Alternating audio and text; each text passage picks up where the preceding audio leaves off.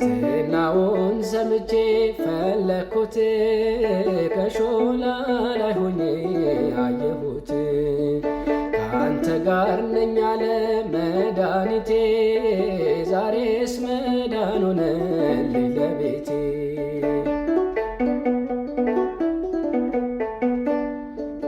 እንደምን ወደደኝ ምን አግኝቶ ከኔ ሕይወት ያደፈነው የገባው ኩነኔ።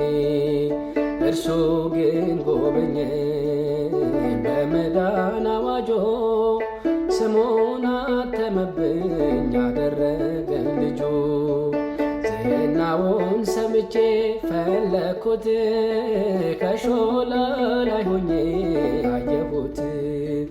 ከአንተ ጋር ነኝ አለ መድኃኒቴ ዛሬስ